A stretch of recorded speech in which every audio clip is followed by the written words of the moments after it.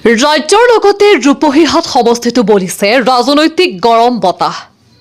আগন্তুক 2024 বিধানসভা নিৰ্বাচনত অৱতীৰ্ণ হ'বৰ বাবে বহু নতুন মুখ দেখা পাব ৰূপহীবাসীয়ে। ৰূপহীহাট সমষ্টিৰ চতিয়ান গাঁও পঞ্চায়তত ৰাইজৰ দলৰ সাম্ভাব্য প্ৰাৰ্থী হিফজুৰ ৰহমানৰ নেতৃত্বত এখন দলীয় সভা অনুষ্ঠিত হয়। উক্ত সভাত ৰাইজে কেইবাটাও বিস্ফোৰক মন্তব্য আগবঢ়ায়।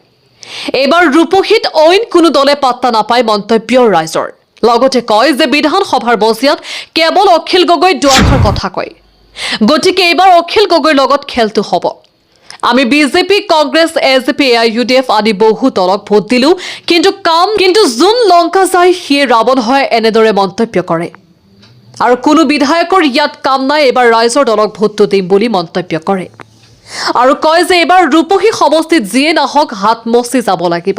চতিয়ান জিপিত যেহেতু আপনার ইলেকশন সমাগত, আপোনালোকে কি চিন্তা কৰি আছে, কোনটো দলক আপোনালোকে সাপোৰ্ট কৰিব বুলি আশা কৰিছে, ভাবিছে? এটা কথা কি, আমি বহুত দলক ভোট দিছোঁ। বিজেপিত দিলোঁ, এজেপিত দিলোঁ, কংগ্ৰেছত দিলোঁ, UDF-ত দিলোঁ। কোনো নেতাই কাম কৰা নাই। পাছ কৰি ৰাৱণ হৈ যায়। লংকা যোনে যায় সেইজনে ৰাৱণ হৈ যায়। অনাগত দিনত আমি চাই আছোঁ 26ত নিৰ্বাচনৰ ইলেকশ্যন হ'ব লোকসভাত। এইটো আমি এছেম্বলিতো চাওঁ, এইটো আমাৰ অখিল গগৈ ডাঙৰীয়া যে সেইজনে দুৱাৰ কথা কয়, তাৰ লগতে খেলাটো এইবাৰ হ'ব।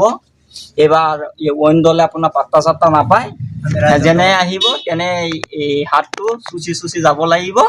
এইবাৰ আমি ৰাজ্য দলক ভোটটো দিম বুলি আমি প্ৰতিশ্ৰুতি কৰিছোঁ।